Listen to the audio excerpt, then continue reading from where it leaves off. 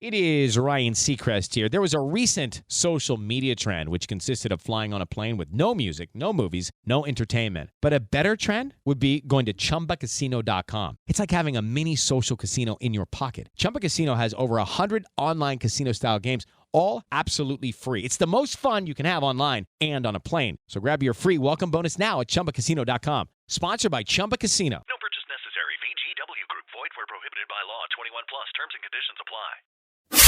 The following podcast is brought to you exclusively by the Rad Rob Radio Network.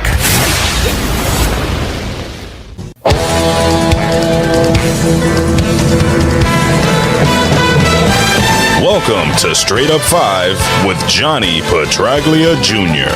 This podcast is hard-hitting, in-depth, cutting-edge look into the sport of bowling. You will get unfettered access into the mind of one of the most gifted bowlers of this generation, who just happens to be the son of a living legend. So, without further ado, let's introduce you to the host of the show, Rad Rob Francois, Dr. Ocho, and the incomparable Johnny Petraglia Jr.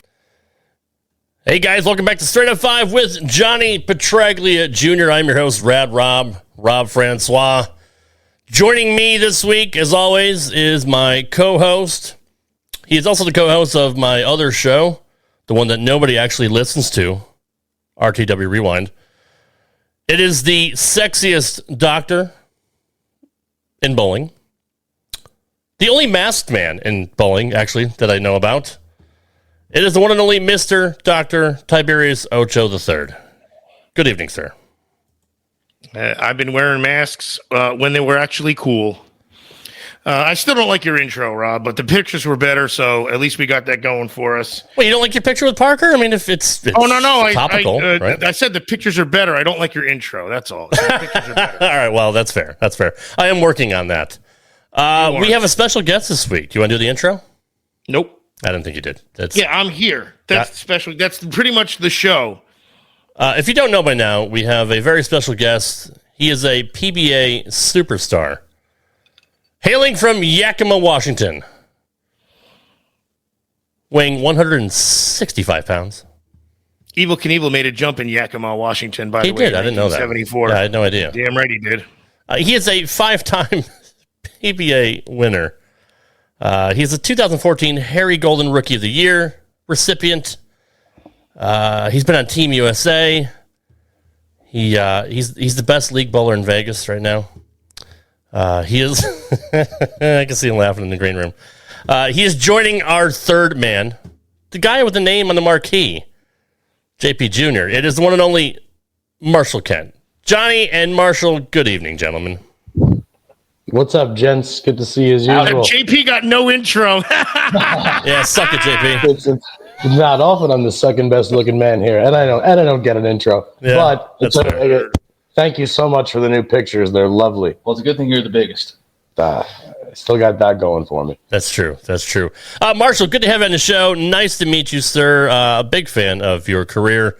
You're one of the top guys in the sport right now. Appreciate you taking time out of your busy schedule to be here. Yeah, I skipped a tea time for this, so, Man, I feel honored. And it's not just because of me. You wasted a tea time, let me tell you. No, he you did. could have got a quick 9 in and still had a great time down at the casino. We apologize for that. Thank you for this. it happens. It's all good. So, Johnny, let us know. You have a very special relationship with Marshall. You guys, you're not just sharing earbuds. I mean, you share one soul. How long have you known Marshall? Where'd you guys first meet? Honestly, I think that we met out here. We met out here in Vegas. I'd say the year that you made it, were you throwing a defiant soul when you had on the plaid pants in the arena? Yeah, that's right. Yeah, 2013. I hate to mention it, but the 7-10. Yeah, so just under 10 years ago. But what started happening was I'm about to be 38, Marshall's 28. So when I was younger, my dad always used to admire bowlers that were a little ahead of him, guys that he looked up to. And as time progresses, what happens is you start getting to the age that you start looking at the people that are going to be better than you ever dreamed of, that are younger than you. So I always took a liking to the way that he threw the ball. And then he just has one of those happy personalities. Just people that want to be happy, that people that I don't give a fuck, let's do it attitude. You only live once type attitude. And I think just from there, it's been more of a friendship that not necessarily requires a lot of work. It's just, hey bud, how you doing? You want to come over tonight? Great. If not, I'll see you in a month or so. So it's that kind of personality, and we think we mesh well. Marshall, what brought you to Vegas from Washington? Well, when I was living in Washington, I'm from Central Washington, so I'm over the mountains, and housing prices here were pretty good at the time. And I was flying out. Every time I fly out to an event, I'd have to drive 2.5 hours to Seattle every time I wanted to go somewhere. So I missed a couple tournaments because there was avalanches over the mountain pass, and so now I live here and I live 10 minutes from the airport, and I can get anywhere I need to go. So it financially and in the sense of bowling on tour, it made sense at the time. Practical use, man. That's just smart living. Yeah, and then on top of that, I had like a good year too, so I had a bunch of money saved up. So I got to buy a house somewhere. So Vegas seemed about right. Do you enjoy living there? Do you like the desert? Absolutely. Well, where I'm from is the desert too. So that's fair. I'm from over the mountains, so there's literally if you're driving over from Seattle where it rains 24/7, there's a cutoff line. I was just telling Johnny earlier. There's literally a cutoff where it goes from trees to desert. So I mean, I grew up in the desert, so I'm used to this. So it's got nothing to do with the hookers and all that stuff in Vegas, right? No. Of course not. All right, just making sure. Of course not. Well, I mean, because you're like I'm in the nice rural area over in Yakima, Washington, and Central, and then I'm gonna find a nice, humble place like Vegas. That's a great place. So yeah, I moved to Vegas to stay out of trouble. That's right. I've read the papers, but you're doing a good job if you are staying out of trouble. God bless you for that. That means you got good discipline too, and that's what professionals do. I do my best.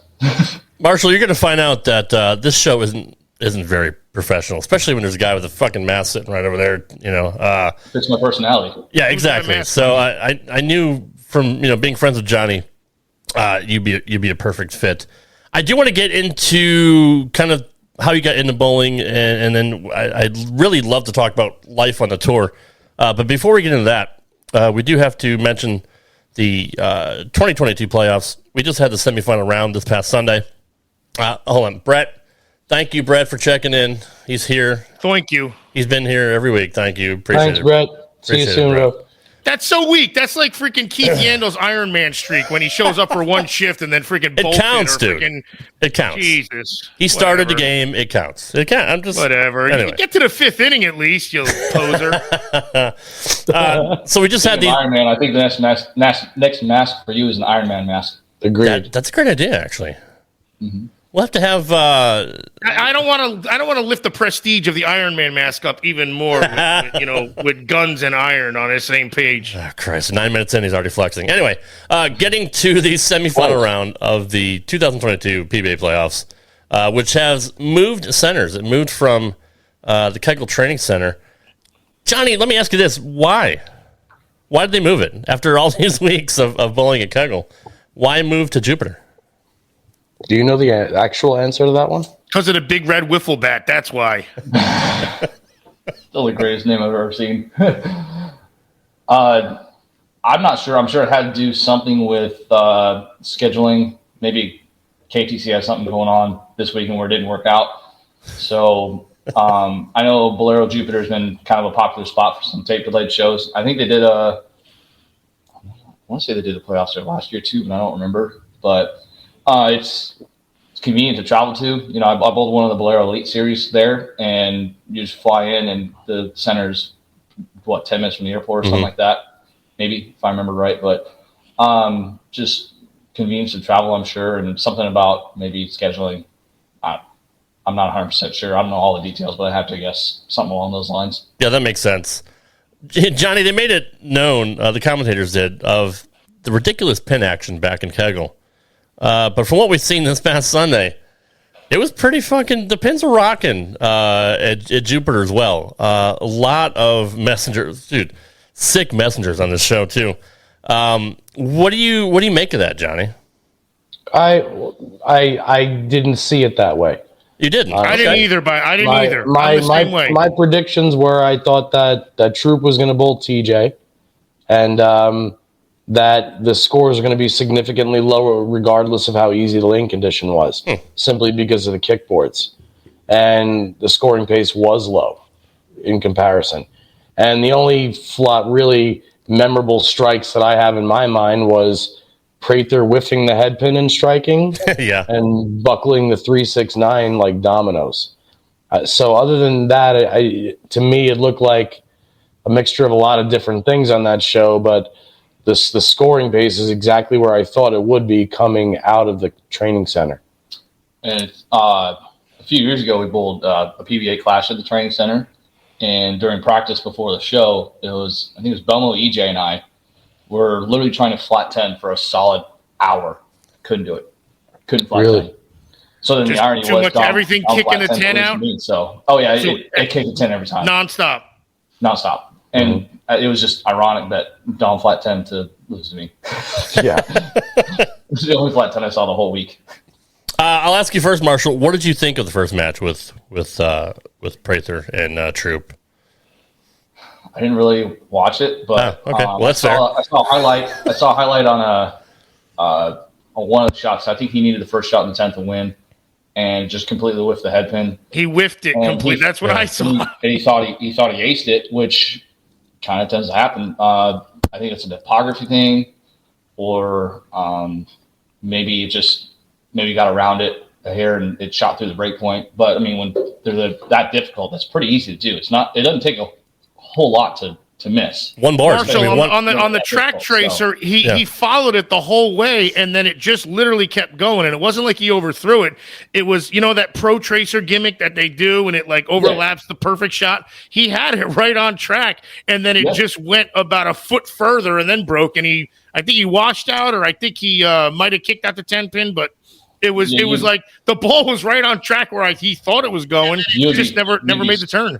You'd be so surprised how many times that happens on tour. Like we'd get up there, throw a shot, thought we aced it, and pose, and like, where the hell did that come from? Yeah. So that's just part of bowling is difficult. We're bowling on an invisible playing field, right? And we don't know where the spots are where it just shoots through it and all that stuff. So he did all he could from the foul line back, and from the foul line forward didn't cooperate. Yeah, I for whatever reason the ball just went longer, and I know the urethane was going longer anyway.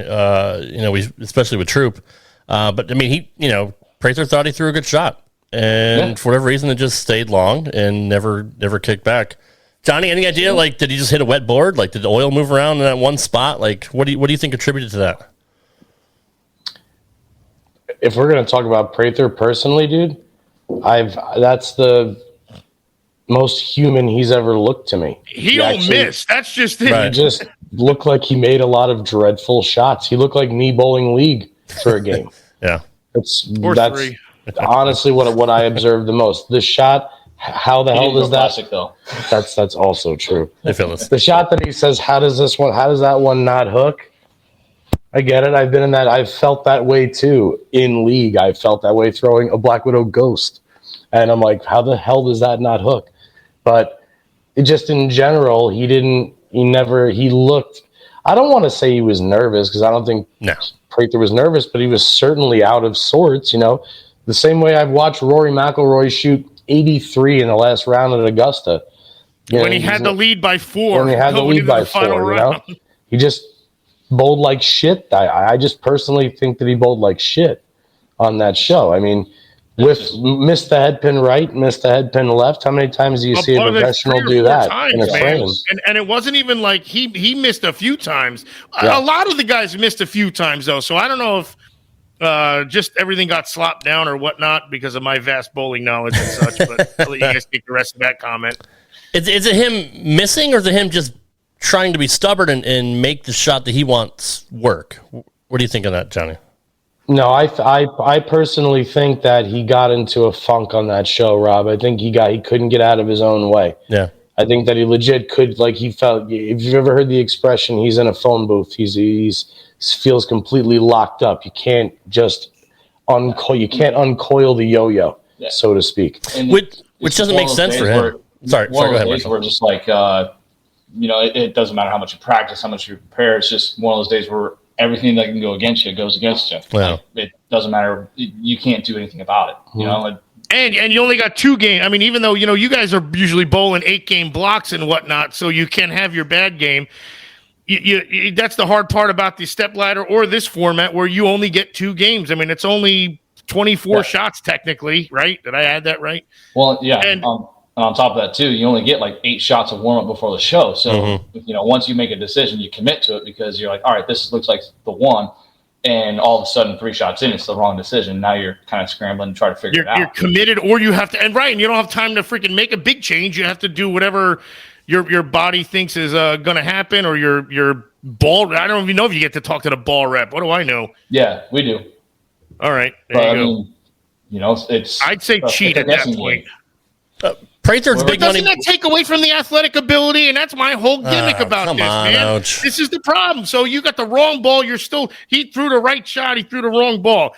How is that an indication of how a non-athletic fella he is? Anyway, it's like using a damn big red wiffle bat. It makes it easier for people. Makes it harder for. I use that little slim yellow one always because I'm an athlete.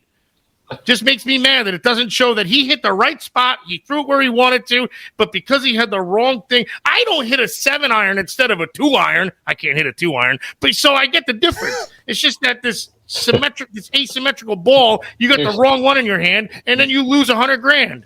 So you're the one that hits blades and ends up 20 yards short of the green every time. I putt from like 50 yards out, so don't worry. Texas wedges all the way. Johnny Prather's a big money bowler. Like, he's been in these situations before. What do you attribute to him just not getting his head back in the game? Like Marshall said, we all have bad days. Anybody can have a bad game, but for whatever reason, he just couldn't get back in. Even in the second game, he just couldn't get his head back into it. What do you think went wrong?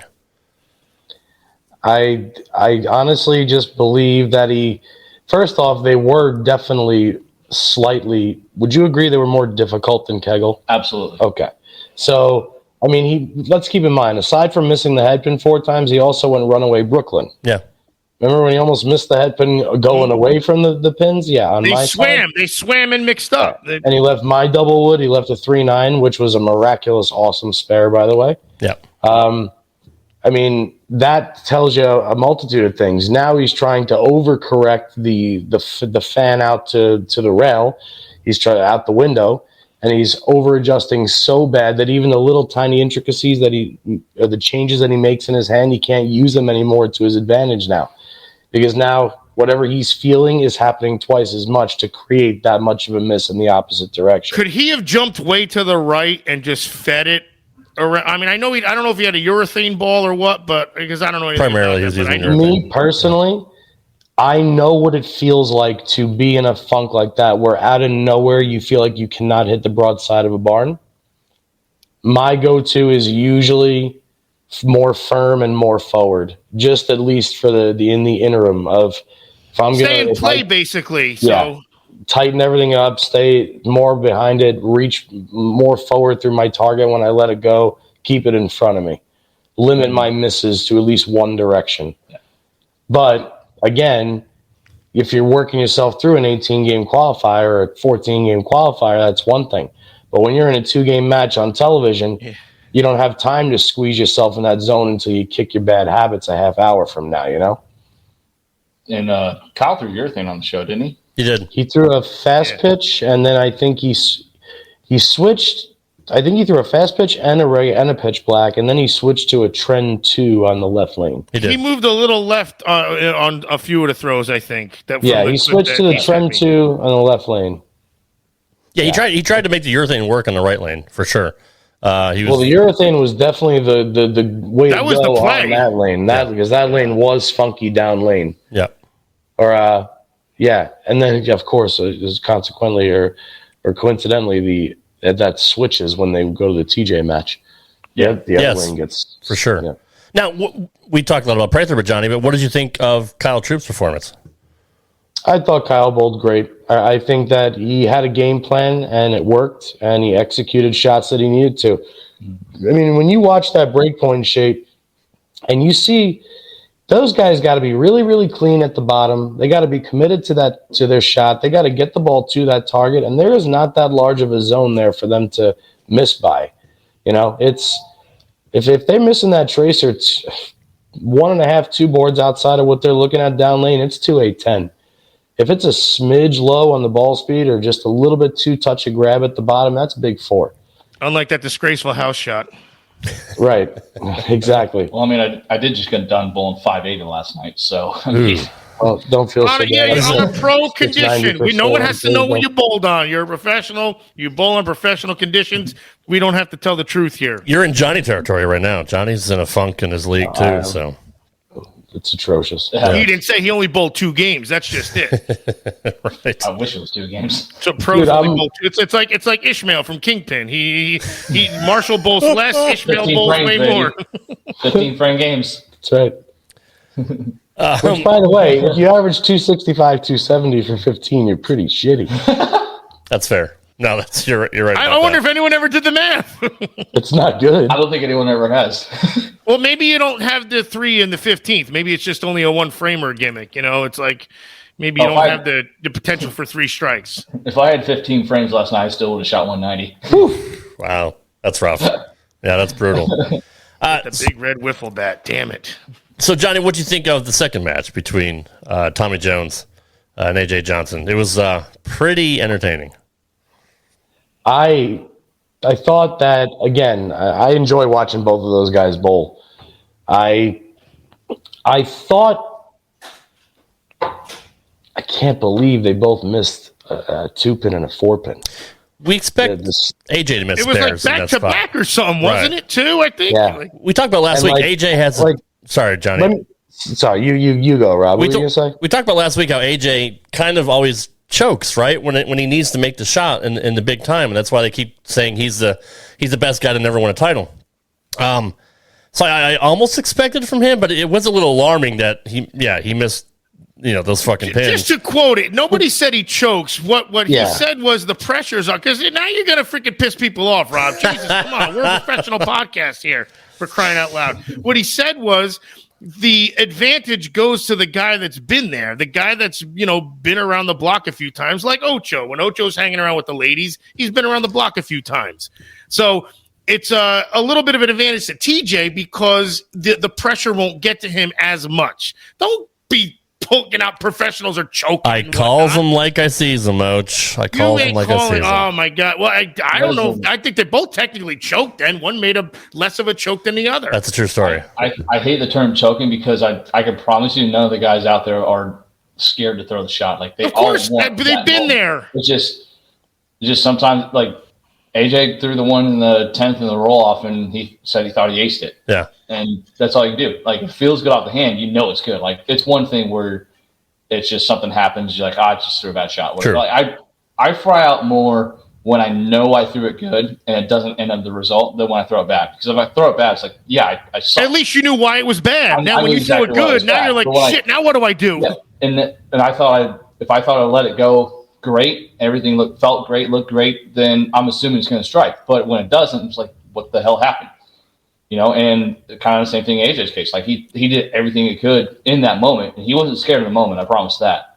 It just didn't work out. So I wouldn't call that a choke at all. His creep only a little high, right? A choke is when you succumb to the pressure and throw a horrible shot, and, like, you were antsy and nervous and just absolutely gagged it. Which I think happened to AJ a few weeks ago, honestly. Well, man, I was going to say, he whiff the 10 pin or whiff the head pin a few weeks ago? He's been in a position to. He told me after that show he almost fell on his ass because he slipped so fast. Oh, God. Okay. And that makes sense, too. And you know what? Yeah. And that's something that it's almost like the most the slightest little thing can go wrong that you've repeated so many times. A misstep, you stub your toe.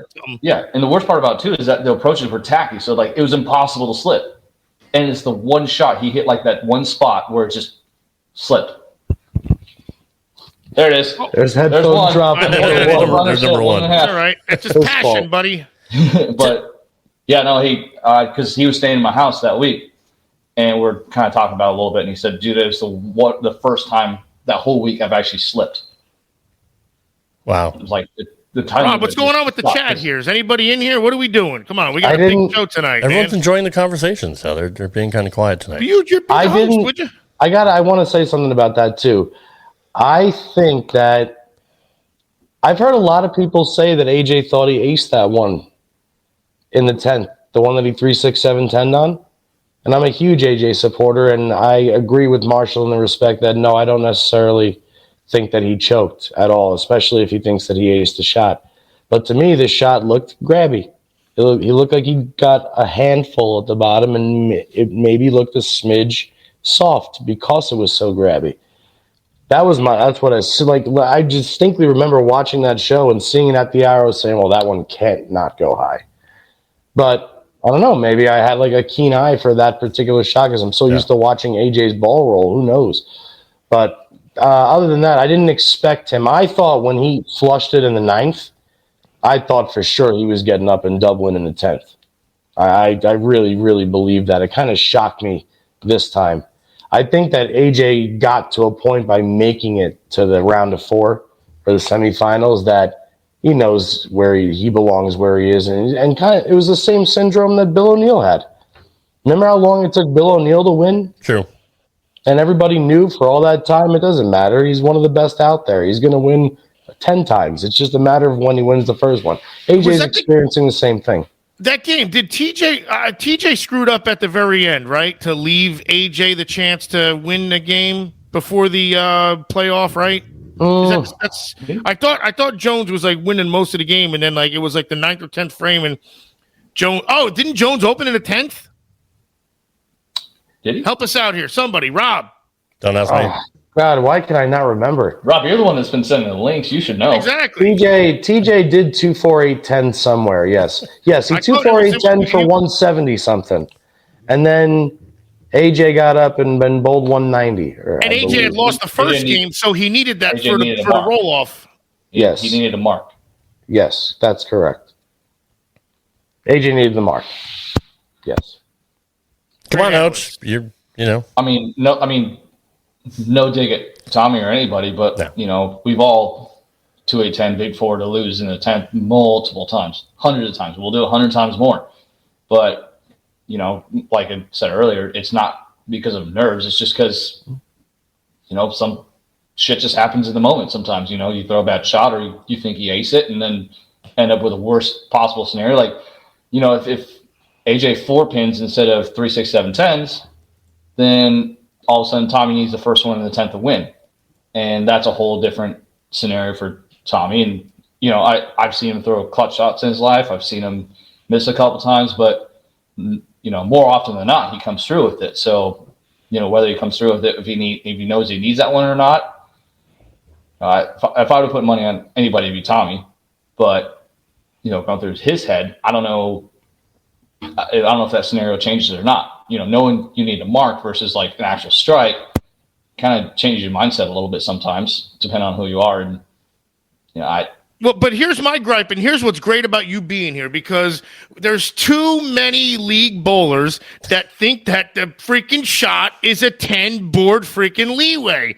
So now the professional, has to bowl on these freaking little teensy oil can type freaking lanes where if you miss by a half an inch in one direction, it overhooks. You miss by a half an inch in the other direction, you freaking pick off the 10 pin if you're a righty. And people just don't understand that. And they still don't emphasize that about how damn hard it is. And that's what bothers me the most. And that's why I'm not going to shave my hair until this gets to be an actual thing in the grand scheme of sport. You have this much room to hit at 45 feet. Good luck. Exactly. The size of Rob's teensy schmeckle. That's how little you have.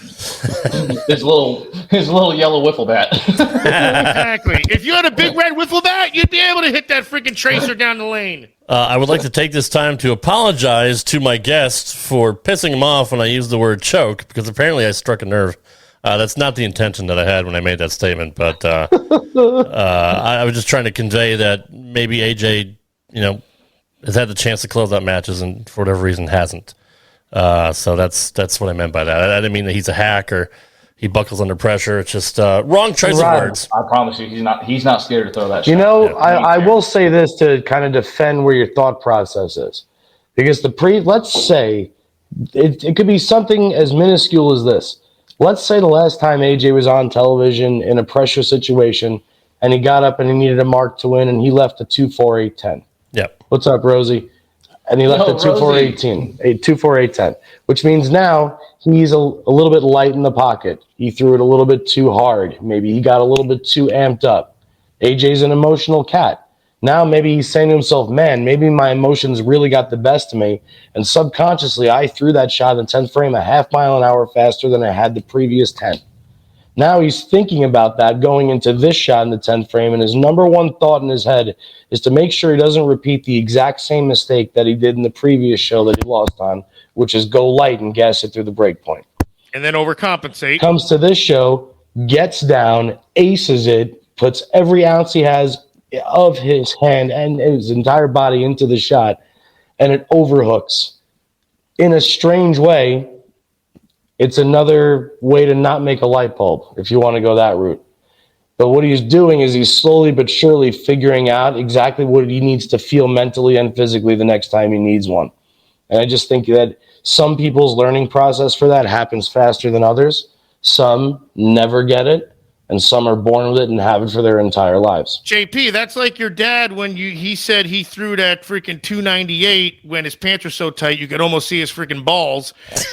And he said, I'll never do that again. And sure enough, he gets the opportunity and he freaking buries the shit out of it and pays for your college with it. And then builds a shed, by the way. Or did he ever build that shed? Oh, yeah. Greatest interview ever. He don't build shit. Somebody built it for him. You know what he put? He built a shed in the yard to store all the pool equipment and shit, you know? You know what we used it as? You know what we used the shed for? A dartboard area. Bowling ball storage. No kidding. That's great. I probably have a few of them right now. You probably do. Yeah. He just puts balls in the shed, then he donates them to high schools. Next year he puts balls in the shed and he donates them to high schools. He could build pyramids and whatnot. But anyway, back to the point. So he said, I'll never make that mistake because I know what that felt like. Right. And so maybe it takes 2 times for somebody. Maybe, I mean, for me, none, 0, obviously. But for normal people. Well, they say it's just like poker, man. You never remember the huge hands that you won, but you certainly remember the hands every that you loss, lost. buddy. Yep. Every suck out on the fucking river. Absolutely. Yeah. So you're always going to remember every what half not point to you do in a lost a situation. football game by, too. Yeah. No, that's true. So, and that holds true in pretty much anything, in at least our experience. Is that well? I mean, that's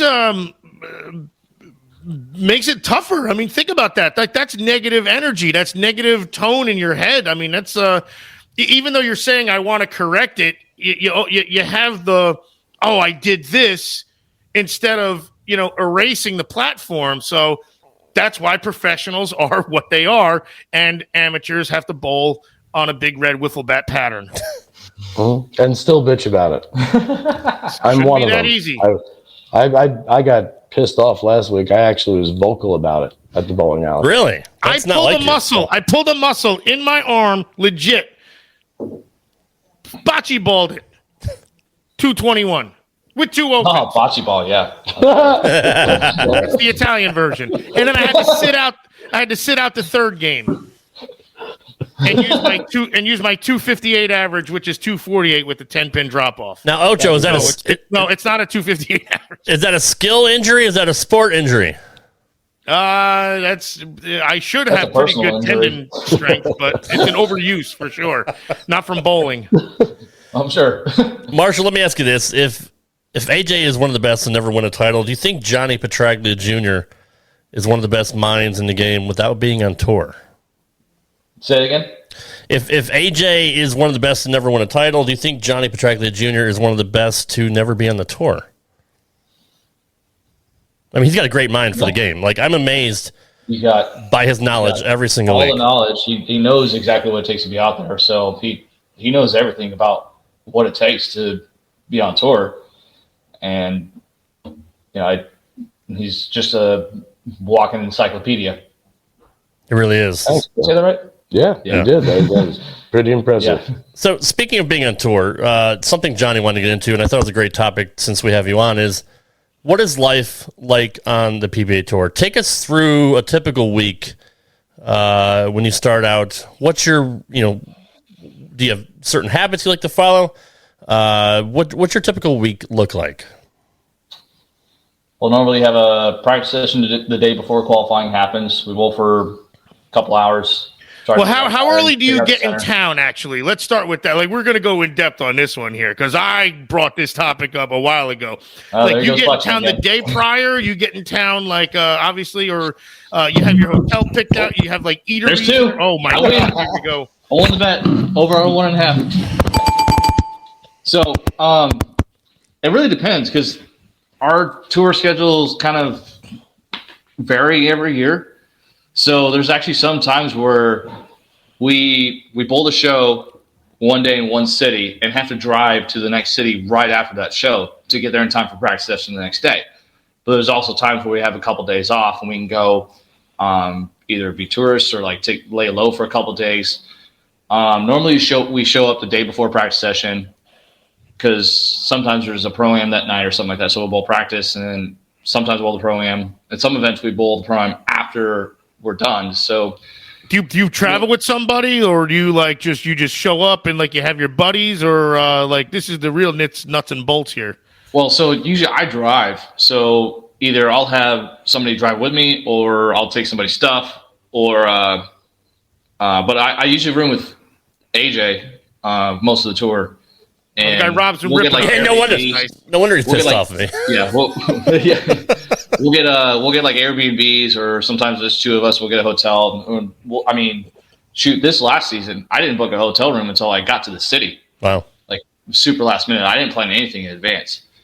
So it just kind of depends on how you bowl that week. If obviously we don't bowl well, miss the cut, then we'll go to like a different city and hang out with some buddies and kind of just lay low for a few days and then go to the next stop. But like I said before, there's also times where we get done bowling the show.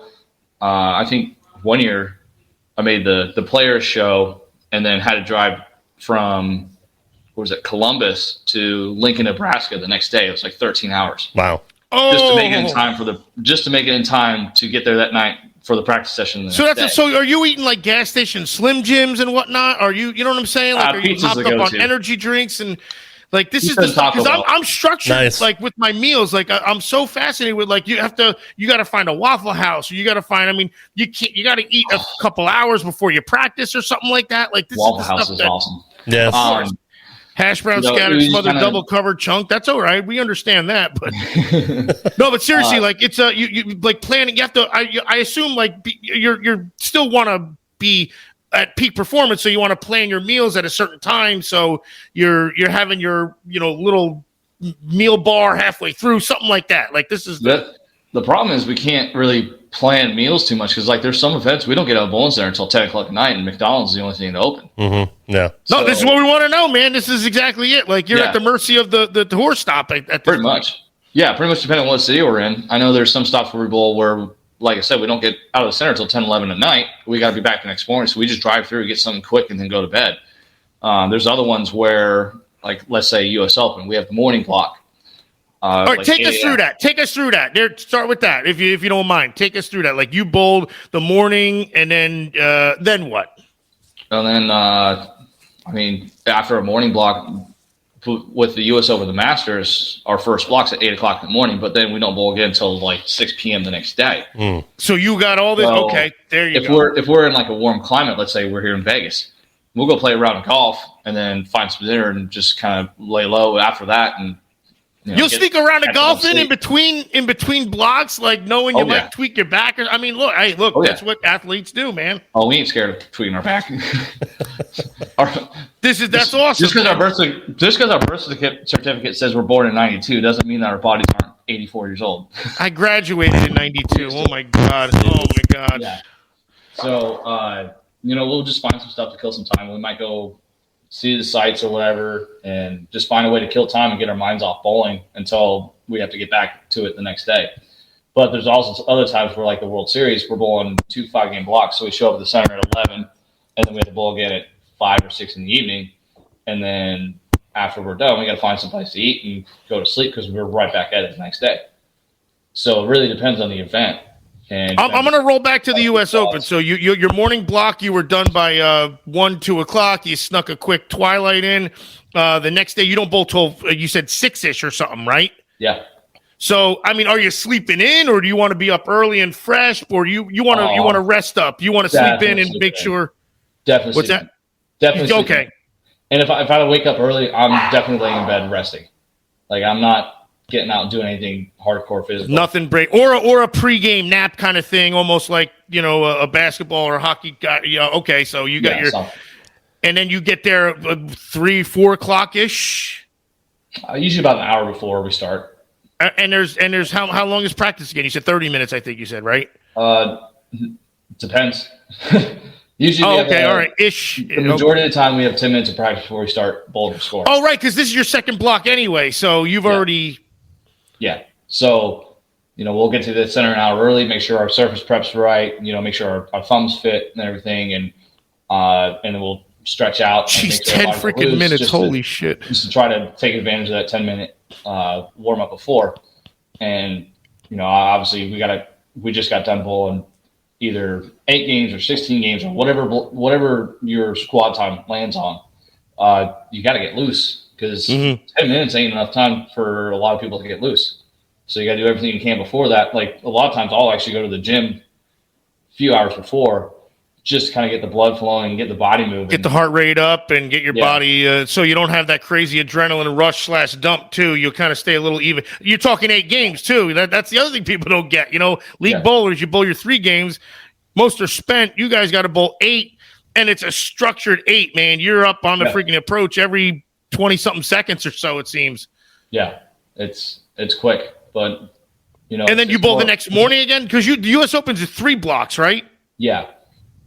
Yeah, so usually bowl, it depends on the squad you bowl, but you have an 8 a.m. squad, a 2 p.m. squad, and a 6 p.m. squad, or there's somewhere around that, like 8. So whatever, each is each, so it's all even out. Yeah, and you bowl each of them one time. So, depending on the squad, you got to, obviously, if you bowl an 8 a.m. squad, I'm going to sleep until the very last second that I can before I need to get to the center and get ready. So I try to stay close to the center within probably 10 minutes so I can sleep till 6:40 and then take 10 minutes to get ready in the morning and then be at the center by 7. And, it works out great when, we bowl in the evening because we got the whole day to kill, so I can just lay in bed and watch Netflix all day. And you get that morning poop out, too. That's the other problem that people don't ever address, man. Like, I don't know how people do that. Like, that's literally something that's got to be really talked about. The morning poop on an early squad. I walked out to the bathroom and said, that feels like a 200 over dump. This is what we get on Straight Up 5. Finally, the real nuts and bolts of what goes on. In-depth, hard-hitting, yes. That's and you got your baby wipes, so that's good. But you can't have crumbs in your drawers. I get that. Dude wipes. Or same thing. Yeah, man. Now we're promoting. Now we got to get some advertisers for the show. There we go. We got it. We need dude wipes. So now, I can't tell you how many times I walked to the bathroom and said that, and I've actually gone 200 over. That's the commercial right there. Are you kidding me? Right. Oh my God. And then they show, and then like live coverage of, an 8-game block. Is he plus 190 in the last game or something? So now is there scoreboard watching in the third block? I assume, like, obviously you're trying to anchor where you are.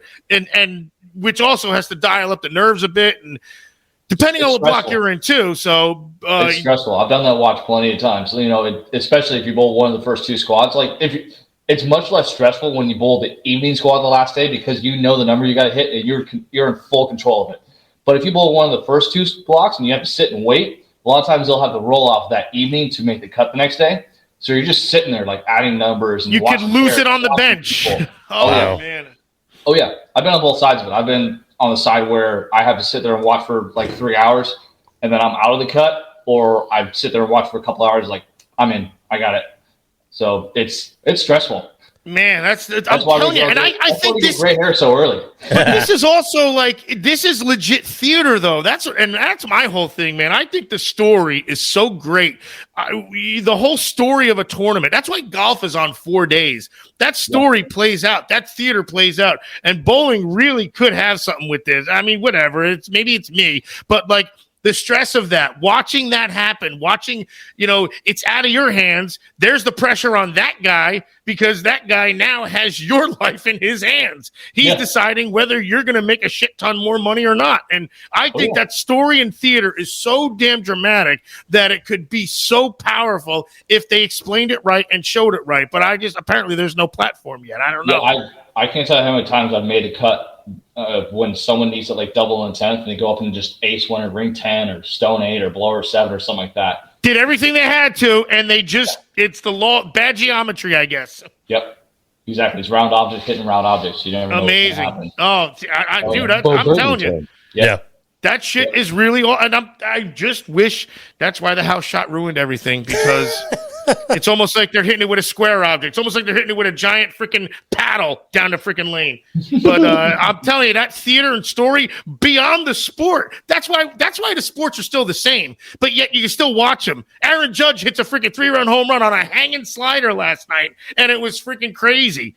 I mean, we've seen it a million times, but the theater and the drama is still different. And that's what bowling has, and that's what I wish they could just promote. Sorry, I'm getting out of control because I got these. So how do you stay mentally tough, Marshall, when you're bowling that many games, and how do you kind of try to stay even keel? That's the funny part, is that a lot of people out there still don't get that mindset. It's that, let's say U.S. Open, you got 56 games before you make the show. Yeah. So people fry out when they shoot 150 game 3. It's you got 21 more games before you even make a cut. What are you mad about? You got plenty of time to make up for that.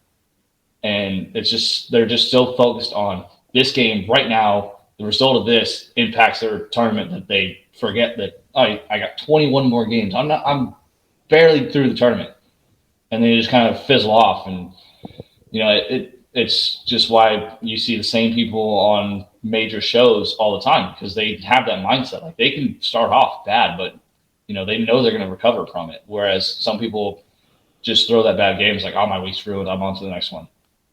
And think about 56 games. That's a half of a league, of a winter league.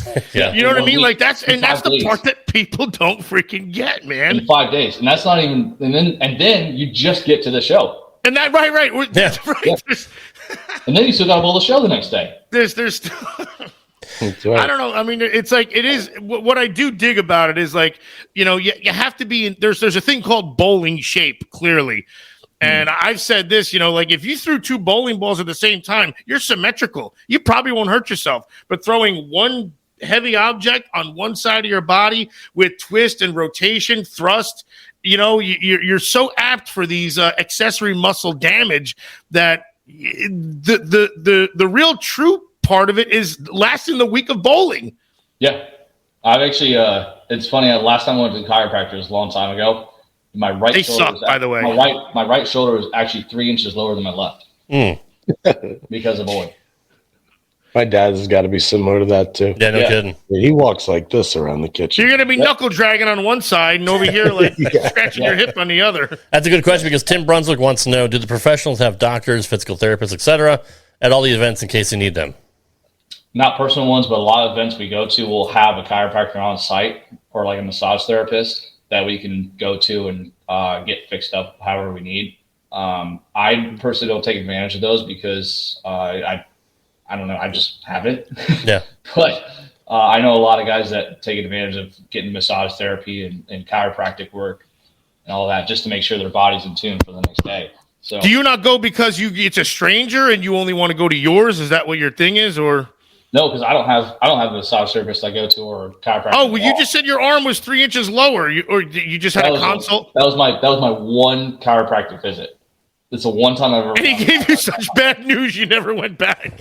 Yeah, I've heard that if you go back multiple times, it's not be as sore. But I went and everything was back in line. But boy, my right shoulder hurt so bad I couldn't. If you got any questions, you hit me up off the channel at the Dr. Ocho on Twitter. There's my Twitter handle. Damn it! The one time, I Mike can help out. McGlynn asked that he take squats with me, so your service isn't even needed right now. That's true. So thanks anyway, Oach. The one time you remember your Twitter Axle handle. compression. That'll really screw up his discs. I love it. Johnny mentioned, I don't know if it was last week or the week before, how he really didn't like the 2-game format when it comes to the current stepladder finals. But if you remember back in the day on ABC, it was just, one game and you're out. What do you prefer, Marshall?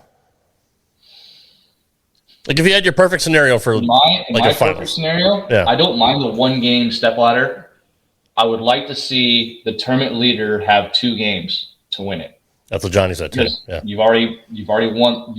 You're leading the event, and in golf, if you come out on top of the leaderboard Sunday, you win. Yep. I'd like to see the top seed get 2 games to, obviously if you work the ladder, you got to beat the top seed twice. That would be my ideal scenario, because I don't disagree with the stepladder, because obviously it's entertaining, and it's just bowling. Like it's never going to go away. We're always going to have stepladders, but to be able to earn the top seed, you got to have some sort of advantage other than just guaranteeing yourself second. You got to have an extra game to be able to lock up the title, and I think that winning percentage for the top seed would go way up, because obviously the guy that's coming into that match has had a game already, and they won, and they're comfortable, whereas you're just coming in fresh. Coming in cold. Maybe a little nerves, not know what's going on with the pair, and just to be able to have that, know that you have that second game to win would loosen your arm swing up so much. So that would be my ideal scenario. Do you guys think that there's a way possibly that the differential between first, second, third would dictate a handicap almost? No, you can't do a handicap because that, or how many games you'd have to beat them by. Like, I mean, if you got the top seed by 1 pin, hey, the second seed guy didn't really do too bad. You got the top seed by 300, okay, then beat him by 2, or beat him twice. I don't know. It's maybe give him a 10-pin advantage. No, see, the thing is, you bowl so many games, that 1 pin could have come out of anywhere. Right. So, or a bonus pin for that matter. That's the other thing. That's, because I almost feel like if only they can't do it the way golf does it, because then a guy could never even be caught on a Sunday or something like that. Let me give you this scenario. If someone leads a tournament with 600, you're not going to give them a 600 pin handicap because no, of course not. But no, what I mean is does that mean like for every 100 pins you got to win by a pin for every 2? I don't know. Or like you said, the 2-game gimmick, something like that. I think a 2-game would be fair, because if I go into the match knowing that I have a handicap, and I win, I'm not really feeling great about that because I had an advantage going in, where I'd rather beat someone straight up. No, the handicap was a wrong choice of words on my part, because I was trying to think of like the discrepancy. I get where you're coming from, but like I said, there shouldn't be an advantage either way. It's just you bowl your frames heads up, and whoever comes out on top comes out. What if they did away with bonus pins and it made just total pinfall the same thing, and then you go from there? We've done that a couple times, and if you bowl long enough on tour, the bonus pins end up working out. It evens out. You can go in a 24-game format. You can go 20-4, or you can go 10-14, and average the same. But over the long term, everything works out. It evens out on its own. So I assume they know better than we do. Us yahoos, obviously. It's just putting yourself there enough times to let it even out. So I mean, I've made shows where I should have finished 7th. But I ended up qualifying like 3rd because of bonus pins and just who I got at the right time. But there's also other times where I've averaged 2nd, but I finished 9th. That's true. It's like winning a game like 190 to 170. You get bonus pins on that, and that's true too. That's a good point. And then sometimes you shoot 250 and lose, and lose by 5, right? Lose by 5, and you lose 30 pins because of that. But it in the long run, it all evens out. Yeah, Johnny. Let me ask you this. You're an encyclopedia of knowledge. Can you think, just off the top of your head, let's just even think about like the 80s, early 90s. Can you think of the percentages of top seeds losing as opposed to winning? Like, do you think the top seeds have lost more often because of the fact that they're coming in cold? 100%. Yeah. 100%. Just think about whenever you hear guys talking about the stepladder or whenever you watch a stepladder, what's the highest scoring game in the stepladder typically? It's typically the second game bowled by the victor in the first game. So if the 5 seed bowls the 4 seed in game 1 and wins 190 to 170, even if the 3 seed bowls 240, he's probably going to lose to the game 1 victor's 260. So ideally, you kind of want to be the 2 seed on a show.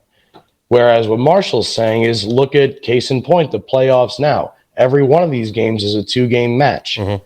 You don't see any guys scrambling in the 7th and 8th frame of game 1 because they know they've got another entire game to bowl and they can at least try and free up in the zone that they're in. Mm-hmm. That's the mentality that a tournament leader deserves and never gets the opportunity to have in any format that the pinnacle level has chosen to use. So the 2 seed has, you said that it's the second game when the 5th seed bowls the 4th seed. So by the time they get to the 2 seed, they've bowled out their ass and now may come down to earth by the time they get to or somebody comes down to earth by the time they get to the 2 seed. The 2 seed gets to run his course. Right. In 60% of the time. Yes. It works every time. Right. And then there's other situations and then he's warmed up for the number 1 seed for the final show. I got you. Exactly. And then there's other situations where the guy that wins the first game finds a trick or a slot or a spot on the lane that nobody else on the show can seem to see or figure out, and they usually either make it to the title match and win or the title match and lose at that point for a similar situation, like that Ocho just said. Mm-hmm. But yeah, it's very rare to see, somebody go out and shoot 11-29 like Learn did in '96 for 4, or things along those lines. But yes, typically the number 1 seed, it's the hardest place to win from. Yeah, and absolutely the facts back that. In the chat, we got a comment from this smoke show Rochelle. Her name is. It says the ladies probably want to know if Marshall has a girlfriend. I do not. He does not. And Rochelle, I have to mention that you're the only lady in the chat. So hey, Rochelle, Nicole's here too. Marshall is single. Oh, and Nicole's here. Nicole, come on, Ouch. Happy birthday 3 weeks ago. Marshall is single. Your number 1 fan. That's I good. thought you were my number 1 fan. Rochelle's my number 1 fan. She is. Long-time listener, first-time caller. Well, maybe yeah. Yeah, that's fair. So she's definitely your number 1 fan. Yeah. Yeah. So let me ask you this, and I know it's obviously unethical and maybe a little bit, and anybody can answer. I don't give a fuck. If you know that you're going to end up leading the tournament, go into the number 1 seed for the stepladder finals, why don't you just fucking tank it and finish second? Stop it. Because you could tank it and finish out of the top 5. It's like a $10,000 or $15,000 difference usually. I want that extra $10,000 guaranteed. That's right. That's right. I mean, I didn't know. That's why I'm asking. Okay, man. I want, if someone says like, here, just bowl okay, and here's $10,000. Okay. Yeah. You might lose. You might lose out on a chance at 25, but you still have that chance. Okay. That's fair. There's also the chance of tanking it and then finishing 6th. Right. Exactly. And then missing the top 5. Yeah, if I shoot 140 and finish 6th, I promise. Because no one else is tanking it. Something is getting punched or broken. Right. And not to mention, Rob, whether it's me or the object, right. I don't know. I can't even imagine sandbagging in league. Like Ocho? Like that's like I just wouldn't do it. I can't. Right. I couldn't imagine trying to execute a shot what you're doing with the purpose of not trying to achieve perfection. Like what? That'd be like getting over a golf ball and saying, "I got 130 in. You know what? I'm going to try and stall a driver right now." Nobody walks up to that shot. It's like I'm going to duff this. I'm going to make sure I make blue. I'd rather chip my next one out of the gauntlet than have what they're going to do is they're going to duff it, drop it into the ball, hit it on the green, and make that putt and say, "I made birdie." Right. No one's trying to make bogey in golf. But yeah, that's what I feel. I get it. I've laid up from 100 before, so it's fine. It happens. I've laid up from like 60. I want to play a tweener. Let me hit the lobber. I mean, you get the best bowlers in the world, who are the most accurate bowlers in the game. If you double and get 9, you're going to be the top seed. Why don't you just double and, just throw it down the straight, the middle lane just to keep it in play. I mean, you don't think it's ever happened before? I'm sure it's happened, but you wouldn't do it? No. Yeah.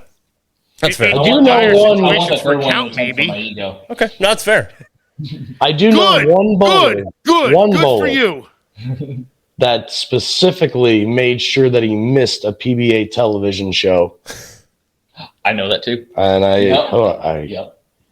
Well, at least explain the scenario. Let us figure it out. Right. You tell the story. I'm going to go grab another Sprite. You got it. Grab your dirty Sprite. Your brown Sprite. Sorry. Can't remember what year it was. I want to say it was 1995. Nope, 1996.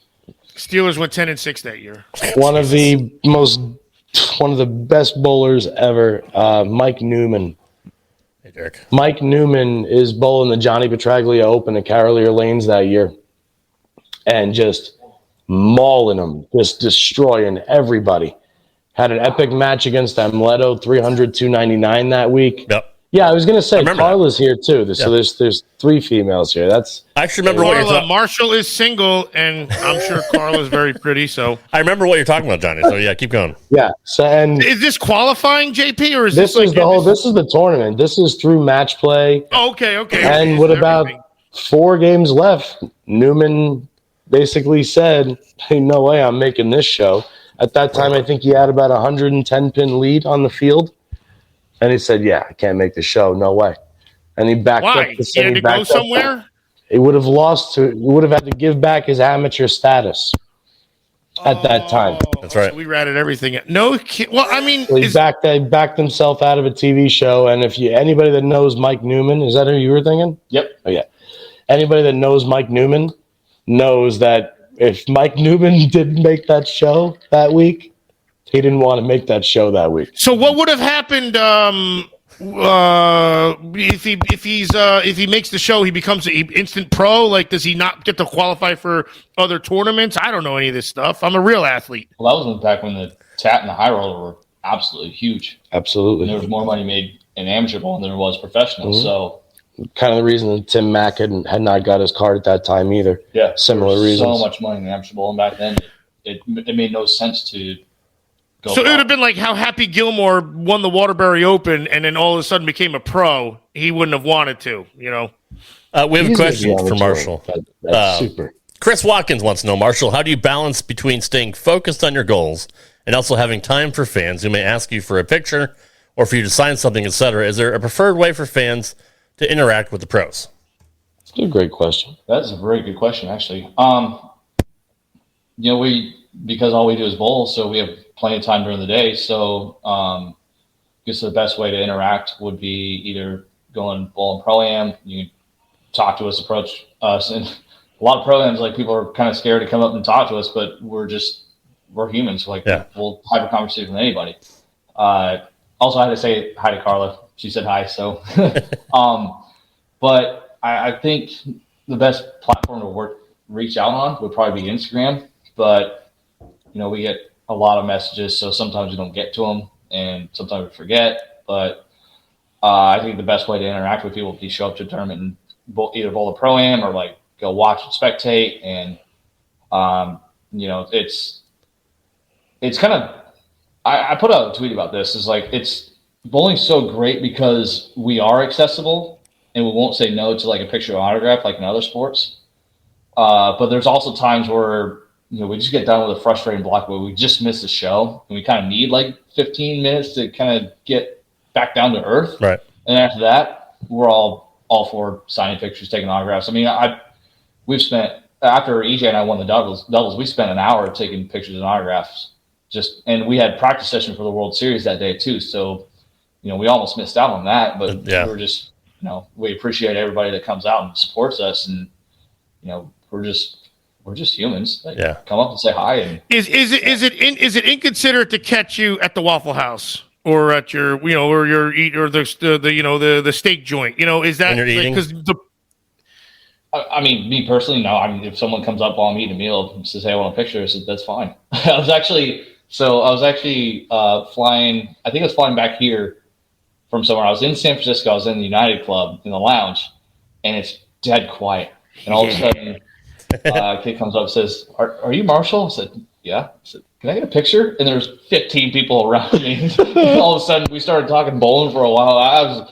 It caught me so off guard. I actually started sweating kind of out of nerves and like stuff. But it caught me so off guard. It's just like, oh, hey. So that's you in your regular environment. You're like, I'm just a dude hanging out. And then all of a sudden you're like, oh, shit, I really am kind of a big deal here, I guess. So it throws the ego. That's a freaking great ego stroke, man. Hell yeah. Next to me asked, like, about bowling and stuff like that and telling their bowling stories. And I just sat in BS with him for an hour. And then it was like, my flight's coming up. I got to go. And,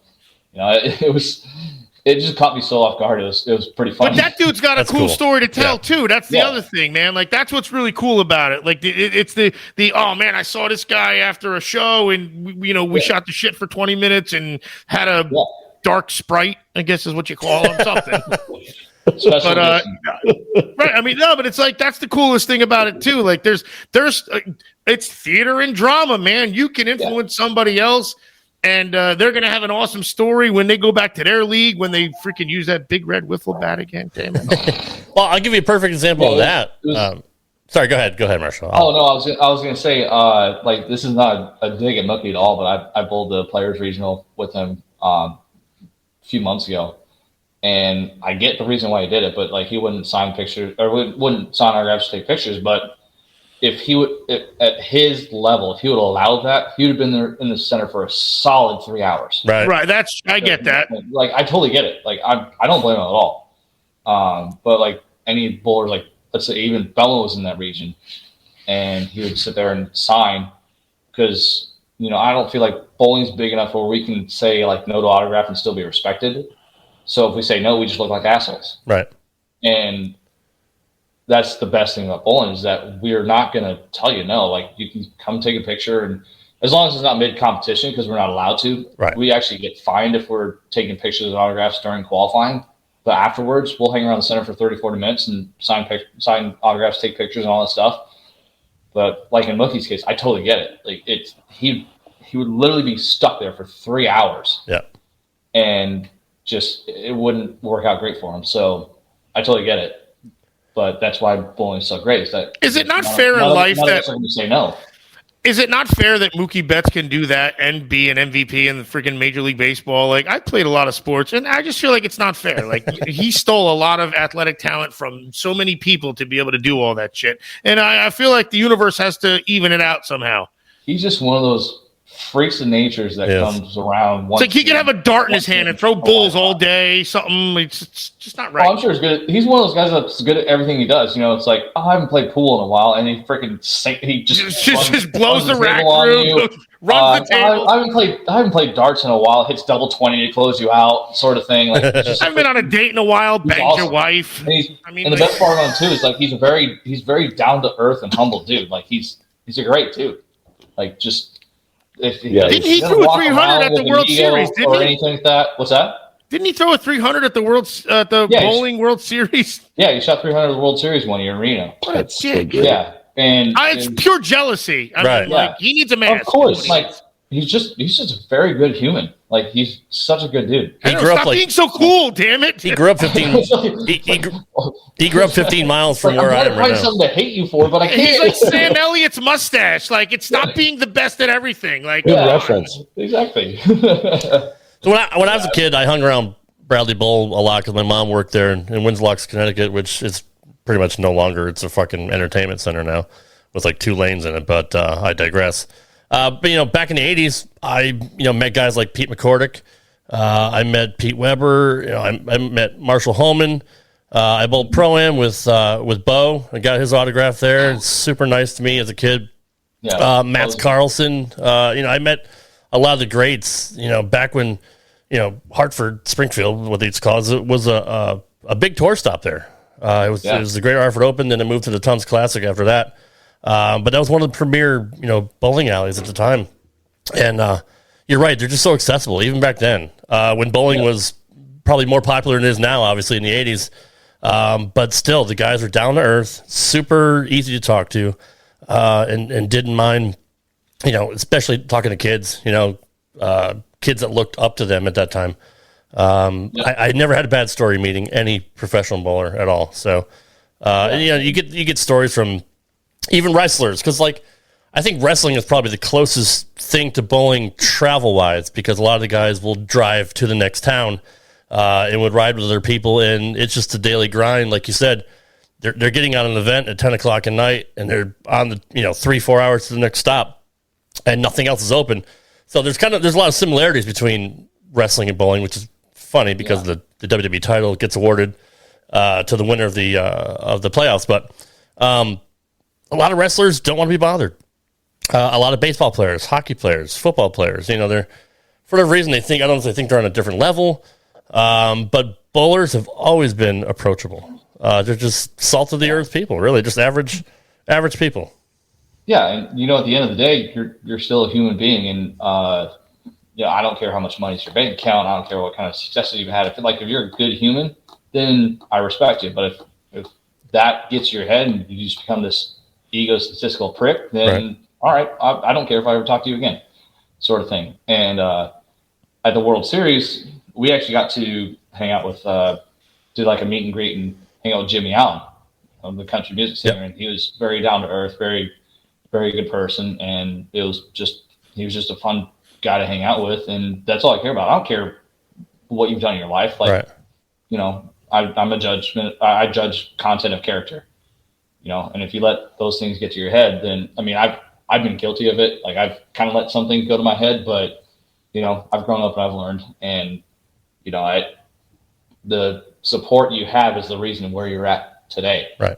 And without the support, you wouldn't be who you are. So you got to have that support system, and you got to respect it and appreciate it, sort of thing. If you can't appreciate that, then all right, see you. Don't care if I see you. Hey, without naming names, is there anybody that you did see that got a few extra commas in their bank account and a decimal point in the other direction, that all of a sudden they started acting a little aloof or a little Bigfoot Arrow britches, or no names? Is it a thing that, again, you know the people because you guys meet every week, or you don't have to say anything if you don't want to? I've definitely seen it. Nice. Not really on the bowling platform so much, but I don't care where. I just want I want to know. That's all.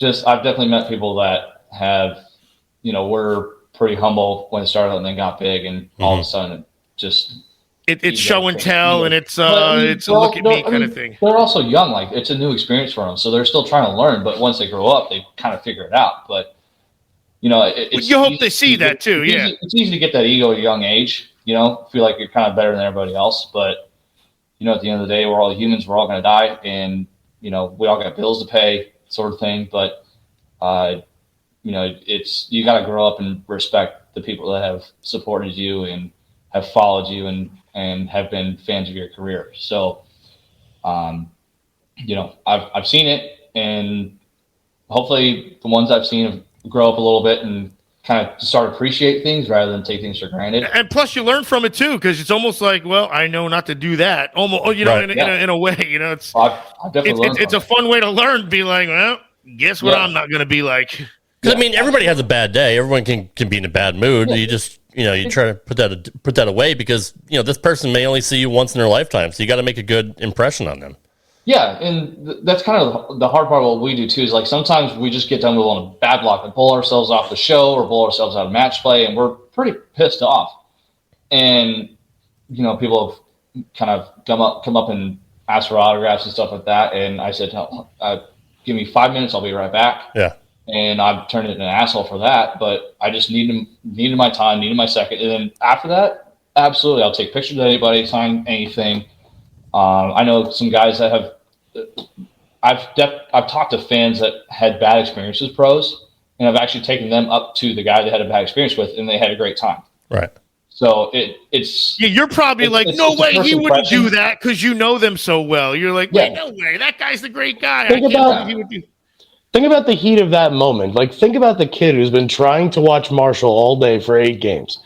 And now the kid finally peeks between 2 random tall people bodies, sees Marshall coming up the stairs all 41 and 2, goes, "Ooh, now's my chance to go talk to Marshall." And Marshall just went big score for 130 to miss the number by probably less than 10. And the kid's like, Marshall, can I talk to you? And Marshall's like, he would never say this, but I should have used somebody else, but not now, kid. And like, there are some pros that obviously I've seen, instead of taking or having the presence of mind in the heat of a moment as shitty as that, to say, hey, son, or hey, young lady, give me 5 minutes. I just got to run my stuff to the locker room, and I'll be right back. That makes you more of a champion than anything to even have your and then beat your head against the wall all the way. Yeah. It's so difficult to do because we've dedicated our lives to this. So like if it means more to us than people realize. So dude, it's putting food on your table. It's paying your bills. Like this is your job. This is your work. Yeah, and I had a conversation with Simonelli a while ago, and he says. He put it the best way for me. He said, imagine you just got done with a 50-hour work week, and your boss comes up to you and says, hey, bud, you did pretty good this week. You did a great job. You did everything you could, but I'm not going to pay you for this week. Holy dude. That should be promoted. You know how many people would be so bent out of shape over that for days? Yeah. And we get over it in 15 minutes. Mm-hmm. Not even that. Yeah. You have to do it without working. You have to practice. Yeah. You have to set yourself up. It's like we just go to work and then we leave, and then that's it. Yeah, you're spending thousands of dollars to be on tour before you work. Yeah, and then do all that work and then say, "Oh, here's the money you owed to come here to do your work." All the travel, all the hotels. I mean, the whole grind. Yeah, I mean that's we don't get. And this is why it's practice. We don't get paid to work out. We don't get paid for all that. We get paid the week we perform. Right. If we perform well, we get, we get paid. If not, then we put all that work in for $0. Right. Dude, this story is so good, and that damn show, How We Roll, is so bad. Dude, this is the story. Yeah, I want to answer this guy, too. So we both have an answer for Derek's question. So I don't have an answer because I don't bowl any bad games. So sorry, Derek. Keep your head up. I believe in you. Not asking for autographs, trying to build you up. How does that affect you? It really depends on how soon it is, to be honest. Because right afterwards, I'm tunnel vision, just I need a second. But if you give it a few minutes, I really appreciate it. Like the I believe in you means more to us than anybody can imagine. It really does. And like I said, if I just get done Big Four and miss the show, I'm going to need a few minutes, but afterwards I can appreciate the comment. Yeah. And for sure, to its entirety. Yeah. So, and I think that's the thing a lot of people don't understand is that we kind of need a second to collect ourselves again, because we're so focused on that shot that just costs us thousands and thousands of dollars that, I don't know how you decompress in the 5 minutes, honestly. Like, I almost feel like that's a talent in itself to take your head out of it in only 5 minutes and decompress. I know you're doing it for the person. Well, that's why they're pros. Man, I'd have about 10 holes in the wall before I freaking came out and was like, all right, my hand swelled up and here, I can't write. I'll write lefty. Yeah, it's just you do it enough times, you kind of get over it, and that the next week's still coming. So it's, But that lends itself to being a professional, and that's the whole point of when you call yourself a professional. This is the actions, and that's why it shouldn't be taken lightly. And the word professional means something, and I hope it doesn't get discredited either, because that's literally what makes you guys the best in what you do. That's the whole point of being a professional. Yeah, it comes with a price tag, and I don't think people realize how stressful it is to do what we do. And what a story. What a story, man. What a documentary. None of this blog shit, man. We got to do this freaking full freaking picture, cinema style, docu style, and none of this gentlemanly game gimmick that they did a bunch of years ago. This is a real deal, man. That's a great point, though. It's like, how come we don't have an Ultimate Fighter for PBA? I think, people would get into you guys a lot more if they knew what you go through every day, if they saw you on the road, if they knew what kind of person you were. The grind, the mental capacity, man, it's like, it's why look, if it was easy, we'd all do it. If it was a house shot, we'd all be out there with the big red wiffle bat. That's the point. Yeah. And that's what you said before, Marshall. You said that's why you see these same guys in the freaking finals, in the step ladders, man, the same 20, 30 guys. They're the best in the world for a reason, but how? Come on, man. There's the story. That's exactly right. I mean, what do they say? The biggest course is the 6 inches between your ears, right, JP? Yeah. Got that right. So, I mean, this would be great to improve the popularity of the sport. I mean, Rob and Randy only have 5-10 minutes to tell a story or even just play a video package and let people know where you're from, what happened last week or last month or what last title you won. But I mean, there's ESPN has, 30 for 30s. They have, video packages during the football game, like pregame show. They have an interview, whatever, like a sit down for 10 minutes. We need more of that in bowling to get you guys out there, to get your names out there, to get you recognized, to get people to invest in you and in wanting you to win. It's. And we're not saying anything they don't already know. Well, I mean, obviously it's like, but I mean, it's almost like, but it's so right there. It is. It is right there. There's still enough of a following for that, and then that attracts more because find some rich guy. I don't freaking know. It wouldn't take much for Fox Sports to do something like that, to be quite honest. I mean, if they really want to invest in the PBA. A Saturday-Sunday thing. A Saturday 2 hours. That's all you need to do. It's not that difficult to make the sport more visible and more popular. Really. There was actually a documentary on Netflix for a while. I think it was called League of Ordinary Gentlemen. Yeah, that's what I was saying. That was good. That was when they were talking about when the owners came in and the Microsoft people, and they wanted Pete to do his thing. Reasoner was in that. Did you ever notice that, JP? I did, and they highlighted 3 or 4 professionals, I believe, throughout the course of that season. Wayne Webb was one of them, and Pete, Barnes and Wayne Webb. Mm-hmm. They showed Wayne Webb doing the karaoke game. And all the ups and downs and where all the money went throughout all those years. But, yeah, they really gave you an idea of how good you have to be in order to make ends meet out there. And it's very much the same way, but now it seems like, correct me if I'm wrong, even less guys can make a living out there. Yeah. Plus, because the tour, you know what they did? The tour's even shorter now. They tried to compact so much into that 80, 90-minute show because they were also emphasizing that thank God for the Microsoft folk, or else there wouldn't be a PBA. And then they spent half the time with that. I just feel like just the professionalism, the grind. I mean, there's so many golf shows on about what the highlights and everything. Man, there's so many good stories. It's it. It's the story, the theater, the drama. That's what they need, and it has everything. I think here's another thing we need in. I get a little wound up there. Don't mind me. You're good. You gonna flex again or what? About 20 more times. What do you think? All right. Here's the thing that nobody sees, but until you're on the tour, there we go. Is what we get paid monthly from sponsors. Yeah. Like people see the tour earnings and how much we make out there, and they kind of add up the math. Like, it doesn't make sense. But people don't realize we get paid from all of our sponsors. And I've always kind of said, it's like, the sponsorship money pays the bills, and the money you make on tour is kind of the funny money. Like you can go on vacations with it or stuff like that. The sponsors are what keeps you out there on each week. That's where you can. In other sports, everybody knows how much money this football player makes or this baseball player makes, and blah blah blah. But nobody knows what we make from company sponsors. And we're not getting rich, but we make enough to pay the bills. And then once you make it, then it becomes a lot easier because you're getting that check month to month to help out with it, either expenses or bills or whatever, but nobody knows exactly how much we make. So I feel like if we're more transparent with that, then more people will be interested. Say like, oh, if I make it to this level, I can get this amount a month. If I make it to this level, I can get this contract. If I make it to Belmo's level, that's his contract. That's what I can make before I even tie my shoes up. You just said the magic word there, Marshall, contract, because everybody says, oh, he signed a $10 million contract. And for some reason, it's still called sponsorship, as if like you're still selling yourself or something like that. If they call it contract, I think that adds a little bit of credibility to it instead.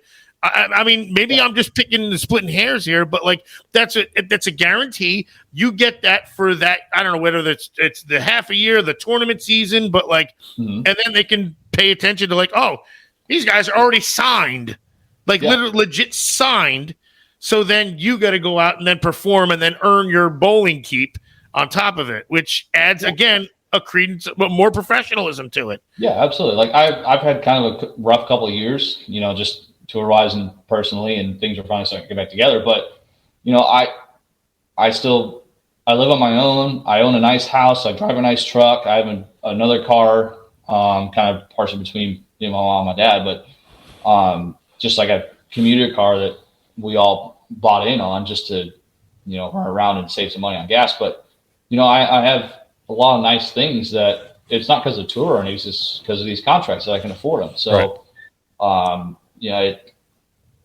You can't bank on something you don't know you're going to earn. That's the other thing. You don't know what you're going to win. We're not making millions, but we definitely make enough to pay bills and, do good for ourselves, So Absolutely. Otherwise, you wouldn't be able to do it because that's what people don't see. Yeah. So even though we have a shitty year, we still make money enough to be able to afford pretty decent things. But again, the story is in your shitty year, you're still putting in the same amount of work, right. The same grind, the same practice, that's where it's not like you just walk into the bowling alley and go, yeah, I'm just going to try this tournament this week and go, my sponsor paid for it and then hope you cash. No, that's like you because your sponsor's depending on you to get to the freaking finals anyway.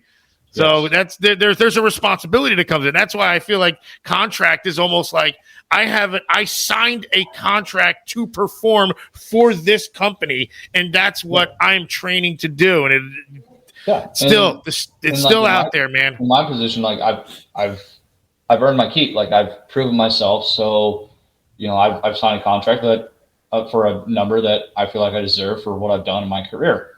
And also, by the way, Phyllis, yes, absolutely. So I was just going to say, now I'm thinking about the sausage. Sausage and I know the sausage and peppers is like 8 minutes from here. It's phenomenal. Hey, did Rob tell you how much he charges for you to be on this show? Because I think that's coming out of a contract. Hi, Mom. I feel much better. Thank you. Hopefully Marshall doesn't get what I had. It went away. I was really down in the dumps. I missed league last night. That was my mom real quick. So I got a strong immune system, so it's all good. But no, Ma, I feel much better. Thanks for asking. Yeah, I just wasn't feeling hot. And the rash went away too. Yeah, the syphilis is gone. So yeah, thank goodness. I sent him a cream, Ocho cream. Clean bill of health. All right. With that said, we are going to wrap it up for the night. Marshall, I absolutely appreciate you being here. And I'm sorry about last week. I get sick every goddamn month. So 2 weeks ago. 2 weeks. What? Shut the fuck up, Ouch. So we must be off next week. I've been sick all year, for Christ's sakes. But yeah. But yes, Marshall, thank you for being here, man. Pleasure to talk to you. You're such a great guy, down to earth. And like I said, this is why I love bowlers, because overall in any sport, bowlers are really just genuine great people. Just whether it's 80s, 90s, or now, it's just, like I said, salt of the earth guys. So thank you for being here. Anytime. Absolutely. Be back on again in a heartbeat. Sounds good. Johnny P, what's your Twitter handle, buddy? At JP Jr. 07. You can also follow him on Facebook under Johnny Petraglia, no junior, just the one and only. Big red wiffle bat. Say that 4 times fast. What's your Twitter handle? I already said it, but I think I'm going to change it to James Vanderpeek. I think we're going to go with James Vanderpeek. Yeah. What is it, Rob? Tell us what it is. Tell us how, and emphasize it. It should be flexing on him. Should be Flex McGee. On him. Yeah. It is at the DR Ocho. Still going. And you guys can follow me on Twitter and Instagram at RadRobGaming. You can follow the show on Twitter at StraightUp5POD. That's the number 5. And hey, next time, shave those armpit pubes. I wouldn't know where to start. Says no. He's Italian. It'd be like a 2 week. It'd be a 2 week ordeal. Yeah. I'd miss league with my big red wiffle bat. Guys, we appreciate everybody hanging out here in the Facebook chat and watching us on YouTube. We'll be back next week for another edition of Straight Up 5 with the one and only Mr. Johnny Petraglia Jr. and and the Ocho. And I guess I'll be here too, unless I'm sick. But we'll see you guys next week. Take care. Thank you for listening. I love the wrong file. God damn it. I am the absolute. What else is new? I am the worst. Nice things. Yes, Marshall, we are the true professionals of podcasting, and we just ruined your credibility by you being on this show. I am the Still worst, live on Facebook, by the way. The worst Rob can't producer. Get the damn right yes. file, so I am going to end the show now.